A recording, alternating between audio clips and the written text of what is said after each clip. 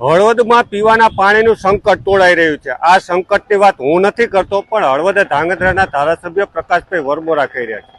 કારણ કે બ્રાહ્મણી 2 ડેમ છે, તે બ્રાહ્મણી 2 ડેમ હાલ ખાલી ખમ થઈ ગયો છે। એટલે કે 2 થી 4 દિવસનો જ પાણીનો જથ્થો છે, અને પાણીનો જથ્થો જો યોગ્ય રીતે છોડવામાં નહીં આવે તો પીવાના પાણીનું સંકટ તોડાઈ શકે છે। કારણ કે આ ડેમ છે તે ધાંગધ્રા બ્રાન્ચ કેનાલમાંથી ભરવામાં આવે છે, અને ધાંગધ્રા બ્રાન્ચ કેનાલ છે તે સાફ સફાઈ માટે બંધ કરવામાં આવી હતી। સાફ સફાઈ હજી સુધી ઘણા વિસ્તારોમાં થઈ નથી, અને જો પાણી છોડવામાં આવે તો જ બ્રાહ્મણી 2 ડેમમાં પાણી આવે, અને બ્રાહ્મણી 2 ડેમમાં પાણી આવે તો આજુબાજુના વિસ્તારોમાં પીવાનું પાણીનું સંકટ હલ થઈ શકે તેમ છે। પરંતુ નર્મદા કેનાલ સાફ થઈ નથી, અને તેને લઈને જ હવે ઘણા બધા સવાલો પણ ઉઠી રહ્યા છે કે જો નર્મદા કેનાલ સાફ ન કરવી તો શા માટે બંધ કરી હતી, અને બંધ કરી તો ખેડૂતોને શા માટે હેરાન પરેશાન કરવામાં આવે। આપણી પાસે જે લેટર છે હળવદ ધાંગધ્રાના ધારાસભ્ય એમનો 25/5/2026 નો છે, અને તેમને રાજ્ય કક્ષાના મંત્રી ઈશ્વરસિંહ પટેલને મોકલ્યો છે, અને તેમાં બ્રાહ્મણી 2 ડેમમાં પીવાનું પાણી છોડવા બાબતે આ લેટર લખ્યો છે। સમગ્ર બનાવની વાત કરીએ તો આ લેટર જે છે તેની વાત કરી લે તો હળવદ ધાંગધ્રાના ધારાસભ્યની રજૂઆત છે કે મારા મત વિસ્તારમાં હળવદ તાલુકાના આશરે 40 તેમજ હળવદ શહેરના હજારો નાગરિકો તેમજ નિર્વાચિત અવાજ વિનાના પશુધન જીવન આજે સંપૂર્ણપણે બ્રાહ્મણી ડેમ પાણી ઉપર નિર્ભર બની ગયું છે। હાલમાં કાળઝાળ ઉનાળો, અસહ્ય ગરમી અને સતત ઘટતા પાણીના જથ્થાના કારણે સમગ્ર વિસ્તારમાં અત્યંત ચિંતાજનક, વ્યથિત અને કરુણ પરિસ્થિતિ સર્જાઈ છે। કાર્યપાલક ઇજનેર, જાહેર આરોગ્ય બાંધકામ વિભાગ, મોરબીના તારીખ 21/5/2026ના પત્ર મુજબ બ્રાહ્મણી 2 ડેમમાં માત્ર 6 થી 8 દિવસ ચાલે તેટલો જ પાણીનો જથ્થો હોવાનું જણાવી તાત્કાલિક ધાંગધ્રા બ્રાન્ચ કેનાલ નર્મદામાં પાણી છોડવા નર્મદા વિભાગને વિનંતી કરવામાં આવી હતી, પરંતુ હાલની સ્થિતિ વધુ ગંભીર બની ગઈ છે, અને પાણી પુરવઠા વિભાગના જણાવ્યા મુજબ આજની તારીખે માત્ર 2 થી 3 દિવસ ચાલે તેટલો જ પાણીનો જથ્થો બાકી રહ્યો છે।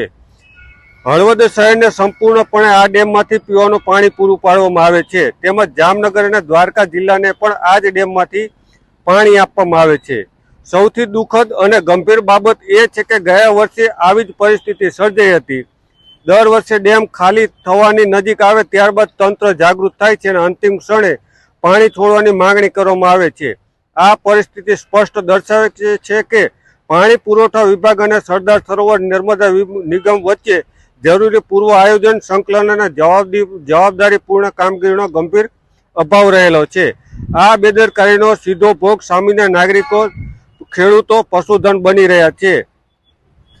વધુમાં આજ રોજ સિંચાઈ વિભાગના કાર્યપાલક ઇજનેર સાથે ચર્ચા કરતા જાણવા મળ્યું હતું કે ડેમમાં હજુ પણ પાણી ઉપલબ્ધ છે, પરંતુ પાણી પુરવઠા વિભાગની ટેકનિકલ ક્ષતિઓ અને અપૂરતી વ્યવસ્થાના કારણે ડેમમાં પૂરેપૂરું પાણીનો ઉપયોગ થઈ શકતો નથી। આ બાબતે અનેક વખત સંબંધિત અધિકારીને જાણ કરવામાં આવી છે, પરંતુ આજ દિન સુધી સંતોષકારક કાર્યવાહી કરવામાં આવી નથી। બ્રાહ્મણી 2 ડેમમાંથી ધાંગધ્રા બ્રાન્ચ કેનાલ મારફત તાત્કાલિક નર્મદા પાણી છોડવાની રજૂઆત કરવામાં આવે।